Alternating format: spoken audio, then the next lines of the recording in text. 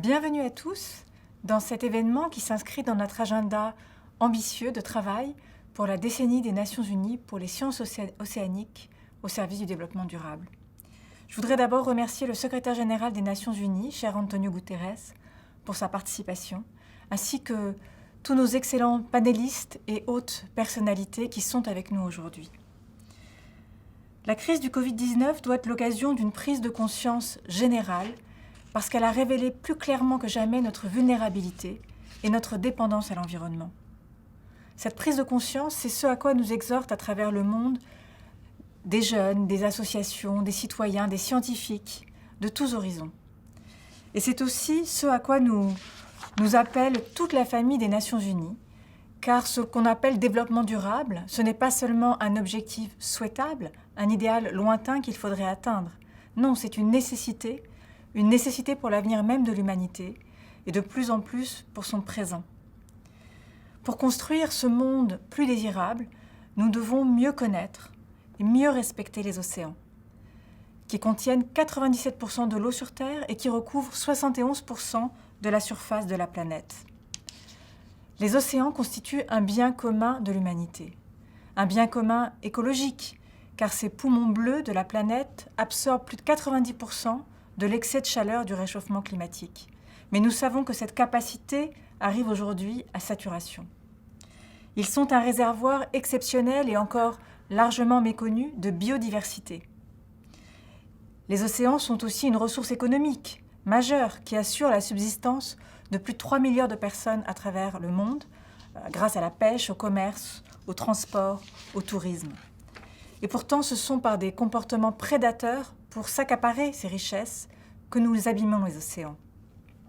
Et bien sûr, l'océan, c'est un bien culturel commun, parce que les mers sont le premier musée du monde avec leur patrimoine englouti, mais c'est aussi une fenêtre qui appelle vers l'ailleurs, qui nourrit depuis toujours l'imaginaire et la créativité.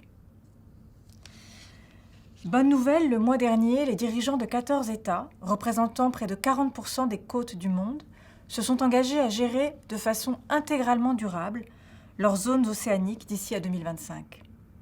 C'est un nouvel agenda d'action qui pourrait contribuer à sortir des millions de personnes de la pauvreté et à atteindre 20% des objectifs de réduction de gaz à effet de serre.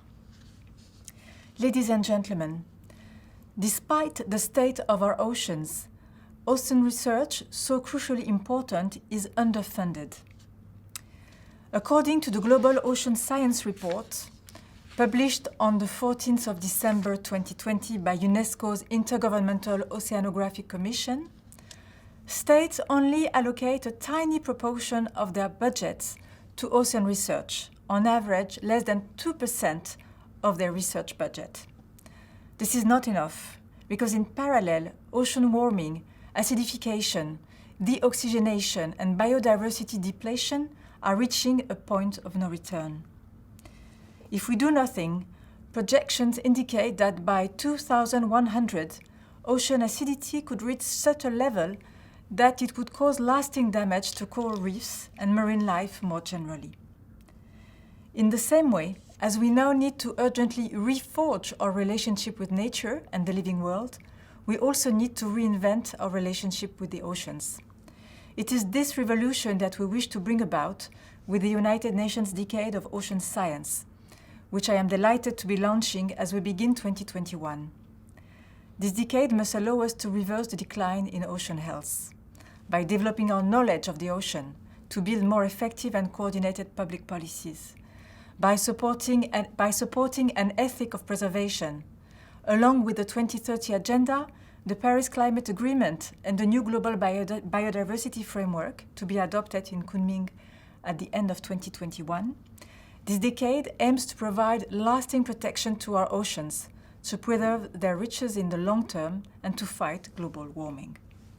I therefore call on every research institute, every foundation, every institution, and every citizen to join this incredible movement for the seas, which are as immense as they are fragile. Because, in the words of the famous French oceanographer Jean-Jacques-Yves Cousteau, the sea, the great unifier, is man's only hope. Now, as never before, the old phrase has a literal meaning. We are all in the same boat. We need oceans, and the oceans need us. And that's why UNESCO's Intergovernmental Oceanographic Commission, which recently celebrated its 60th anniversary, is proud to be coordinating this decade. Join us.